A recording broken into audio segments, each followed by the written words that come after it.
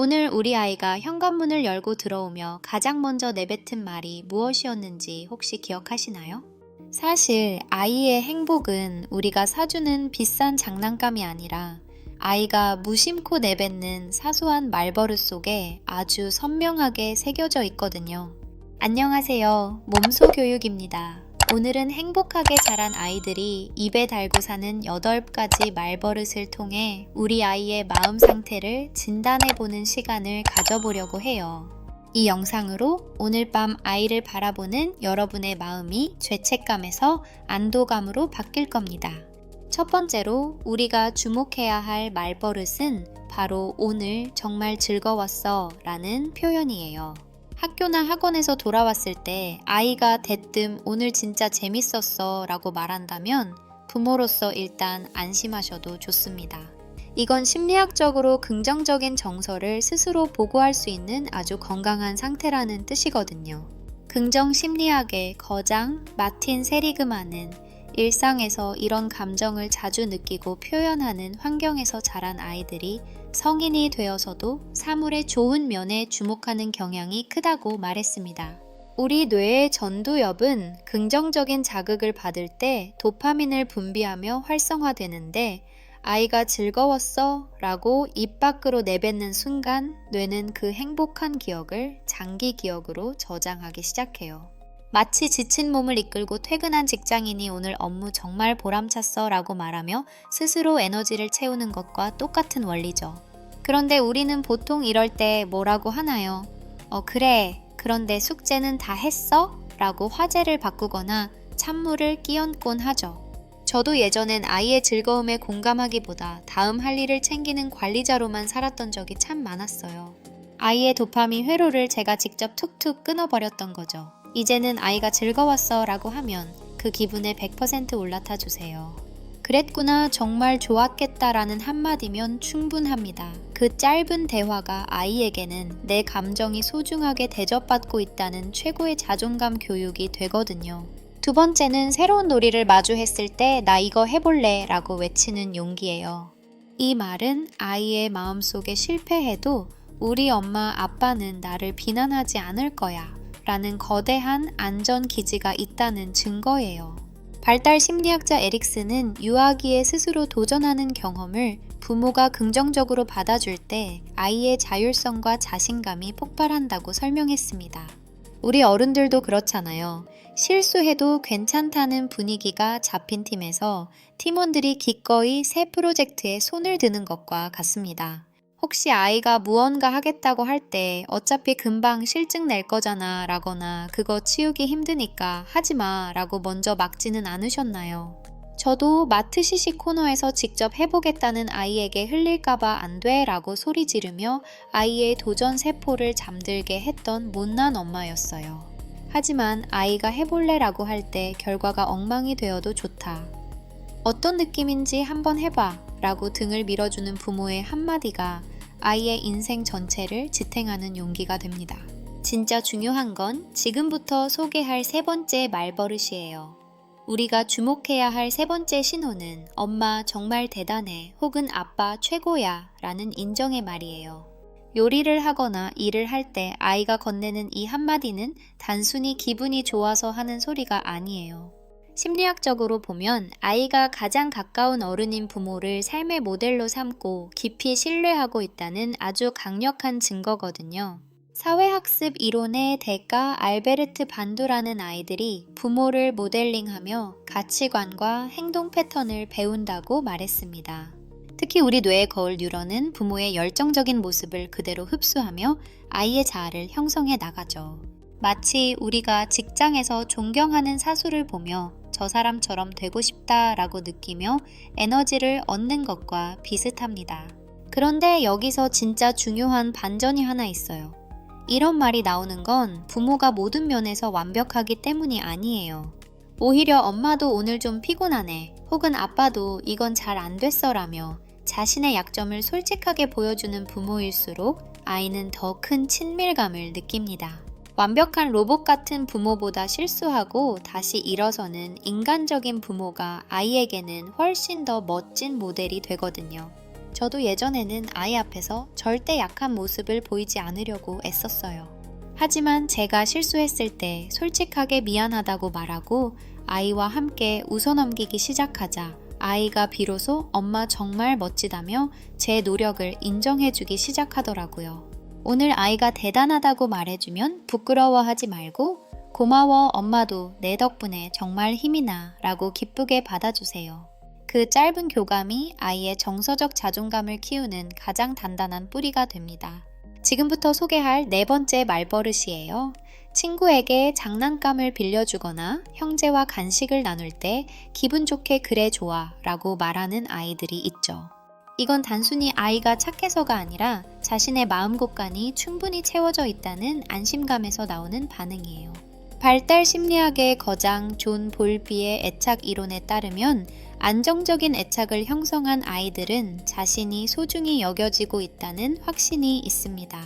마치 내 지갑에 현금이 넉넉히 들어있으면 친구에게 커피 한 잔 사는 게 전혀 아깝지 않은 것과 똑같은 원리죠. 내 안에 사랑이 넘치기 때문에 타인에게 나눠줘도 내 행복이 줄어들지 않는다는 사실을 몸소 알고 있는 거예요. 사실 저도 놀이터에서 아이가 장난감을 안 빌려주겠다고 고집을 피우면 주변 눈치 때문에 억지로 빌려주라고 다그친 적이 많았어요. 하지만 그건 아이의 마음을 더 가난하게 만드는 일이었죠. 오히려 아이가 지금은 내 거야 라고 말할 때 그 소유권을 충분히 존중해 주어야 아이는 비로소 나눔의 즐거움을 배울 수 있습니다. 자신의 기분을 존중받아 본 경험이 있는 아이만이 타인의 기분도 기꺼이 존중할 줄 아는 법이니까요. 아이가 좋아 라고 대답하는 순간을 놓치지 말고 그 넉넉한 마음을 꼭 안아주세요. 하지만 진짜 우리 부모님들 눈시울을 붉어지게 만드는 말은 지금부터예요. 다섯 번째로 우리가 들어야 할 말은 바로 사랑해 라는 고백입니다. 잠들기 전이나 아침에 눈을 떴을 때 혹은 평범한 일상을 보내다가 대뜸 아이가 엄마 사랑해, 아빠 사랑해 라고 말한다면 그건 부모와 자식 사이에 신뢰와 애정이 아주 단단하게 뿌리 내렸다는 가장 확실한 증거거든요. 심리학의 거장 존 볼비의 애착 이론에 따르면 안정적인 애착 관계가 형성된 아이일수록 자신의 애정을 솔직하고 거침없이 표현하게 됩니다. 내가 이 사랑을 표현했을 때 상대방이 기쁘게 받아줄 거라는 확신이 있기 때문에 이곳의 말이 자연스럽게 나오는 것이죠. 과학적으로도 아이가 사랑을 느낄 때 분비되는 옥시토신이라는 호르몬은 아이의 뇌 발달과 정서적 안정에 아주 결정적인 영향을 미칩니다. 마치 우리 어른들이 지치고 힘들 때 나를 온전히 응원해주는 사람 곁에서 다시 살아갈 힘을 얻는 것과 똑같은 이치예요. 사실 저도 예전에는 마감 기한에 쫓겨 노트북만 보고 있을 때 아이가 옆에 와서 사랑한다고 하면 그래 나도 사랑해 라며 건성으로 대답하고 넘긴 적이 참 많았어요. 아이의 눈조차 맞추지 못한 채 영혼 없는 대답만 던졌던 것이죠. 하지만 이제는 아이가 사랑한다고 말하면 하던 일을 멈추고 단 3초만이라도 아이의 눈을 똑바로 바라보며 엄마도 정말 사랑해 라고 말해줍니다. 이 작은 상호작용은 아이의 마음속 안전기지를 세상 그 무엇보다 견고하게 만들어 주거든요. 그런데 이 평범해 보이는 호기심이 아이의 지능을 결정한다는 사실 알고 계셨나요? 여섯 번째 말버릇은 바로 우와 재밌겠다 라는 감탄이에요. 새로운 그림책을 발견하거나 TV에서 모르는 장소가 나올 때 아이의 눈이 반짝이며 재미있겠다고 말한다면 그건 호기심이 아주 건강하게 자라고 있다는 신호입니다. 심리학에서는 아이가 안심할 수 있는 환경에 있을 때 비로소 주변을 탐색하려는 행동이 활발해진다고 봐요. 실패해도 괜찮고 모르는 것은 언제든 물어봐도 좋다는 안심감이 깔려있기 때문에 낯선 것을 두려움이 아닌 재미로 받아들이는 것이죠. 마치 우리가 낯선 도시로 여행을 떠날 때 치안이 안전하다는 확신이 있어야 구석구석을 즐겁게 구경할 수 있는 것과 비슷합니다. 가끔 우리는 아이가 이거 재밌겠다 라고 하면 그거 저번에 사준 거랑 비슷해 혹은 금방 질릴 거잖아 라며 아이의 설렘을 찬물로 식히곤 합니다. 저도 아이의 엉뚱한 관심사를 보며 돈 낭비 시간 낭비라고 생각하며 부정적인 말부터 내뱉던 시절이 있었어요. 하지만 이제는 아이가 재미있겠다고 말하면 어떤 점이 그렇게 보여? 라고 되물으며 그 호기심에 함께 올라탑니다. 아이의 흥미를 깊이 파고들며 함께 즐기는 자세를 보여주는 것만으로도 아이는 자신의 흥미를 소중히 여겨도 좋다는 감각을 배우게 되거든요. 여기서 주목해야 하는데요. 이 호기심이 질문으로 이어질 때 나타나는 놀라운 변화들입니다. 하늘은 왜 파란 거야? 비는 왜 내리는 거야? 라는 7번째 말버릇인 왜? 라는 질문이에요. 가끔은 엉뚱하고 끝도 없이 이어지는 질문 때문에 지치기도 하시죠. 하지만 아이가 우리에게 왜? 라고 묻는 건 부모가 내 질문에 성실히 대답해 줄 거라는 아주 깊은 신뢰가 있기 때문에 가능한 일입니다. 발달 심리학자 피아제는 아이의 질문이 지능 발달의 핵심적인 단계이며 이때 주위의 반응에 따라 탐구심이 자랄지 억압될지가 결정된다고 지적했어요. 부모가 내 질문을 가치 있게 여겨준다는 느낌이 아이를 더 깊이 생각하게 만드는 힘이 되는 것이죠. 마치 직장에서 신입사원이 사수에게 질문을 던질 때 사수가 귀찮아하지 않고 함께 고민해 줄 때 그 사원이 더 큰 성장을 이루는 것과 같습니다. 만약 질문할 때마다 시끄러워 혹은 나중에라고 밀쳐낸다면 아이는 질문하는 것 자체가 나쁜 일이라고 배우게 돼요. 저도 예전에 바쁜 아침 시간에 아이가 왜라고 물으면 나중에라고 말을 잘랐던 적이 있었어요. 그럴 때마다 아이의 호기심 어린 눈빛이 순식간에 꺼지는 걸 보며 얼마나 후회했는지 모릅니다. 이제는 답을 모를 때 엄마도 잘 모르겠는데 우리 같이 도서관에서 찾아볼까? 라고 대답해 줍니다. 모든 질문에 완벽한 답을 줄 필요는 없어요. 그저 함께 탐구하려는 자세만 보여주어도 아이의 지적 호기심은 무한하게 뻗어나갈 수 있습니다. 그런데 여러분, 실패를 대하는 이 한마디가 아이의 인생 전체를 결정짓는다는 사실 알고 계셨나요? 마지막 8번째 말버릇은 바로 다음엔 이렇게 해봐야지라는 다짐이에요. 실패했을 때나 무언가 잘 안 됐을 때 아이가 포기하지 않고 앞을 내다본다면 그건 아이의 회복 탄력성이 아주 높다는 증거입니다. 심리학자 캐롤 드웩의 성장 마인드셋 이론에 따르면 능력은 노력으로 늘릴 수 있다고 믿는 아이들은 실패를 끝이 아니라 배움의 기회로 잡거든요. 뇌과학적으로도 실패를 통해 방법을 수정하는 과정에서 아이의 신경 가소성이 활성화되며 시냅스가 훨씬 더 튼튼하게 연결됩니다. 마치 주식 투자에서 손실을 본 투자자가 좌절하는 대신 차트를 다시 분석하며 다음 매매 전략을 세우는 것과 비슷하죠. 아이가 다음엔 이렇게 해볼래 라고 말할 수 있는 배경에는 평소 부모가 결과보다는 그 과정을 인정해 주었기 때문일 가능성이 커요. 쌓기 놀이를 하다가 성이 무너졌을 때 다그치기보다 어떻게 하면 안 무너질지 함께 고민해보는 그 짧은 순간들이 모여 아이의 자신감을 만듭니다. 실패라는 단어를 데이터 수집이라는 말로 바꾸어 생각해보세요.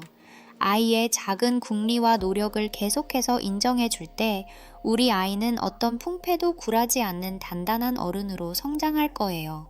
오늘 아이와 보낸 시간들을 한번 천천히 떠올려 보세요. 사실 아이와의 시간을 소중히 하고 싶으면서도 아이의 요구를 계속 받아주는 건 솔직히 참 힘든 일이에요. 엄마 나랑 놀자, 아빠 여기 좀 봐 라는 말에 곧바로 마주보지 못해서 자책하고 계신가요? 하지만 기억하세요. 요구해주는 시간은 순식간에 끝나버리는데 오늘의 이 아이와는 내일은 더 이상 만날 수 없다는 걸 알면서도 우리는 바쁜 일상에 치여 자꾸 잊어버리곤 합니다. 육아의 행복은 완벽함 속에 있는 게 아니라 잊어버렸다가도 다시 떠올리고 소중히 여기려 애쓰는 그 평범한 나날 속에 몰래 숨어 있어요. 완벽할 필요 없습니다. 3번 중에 1번만 잘해도 충분해요.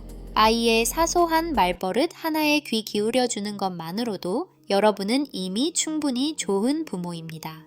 오늘 영상이 여러분의 마음속 죄책감을 조금이나마 씻어내는데 도움이 되셨기를 바랍니다. 댓글로 우리 아이가 자주 하는 예쁜 말버릇을 공유해주세요. 여러분의 경험담은 다른 부모님들에게도 큰 힘이 됩니다. 다음번에도 유익한 내용의 영상을 가지고 오겠습니다. 지금까지 몸소교육이었습니다. 감사합니다.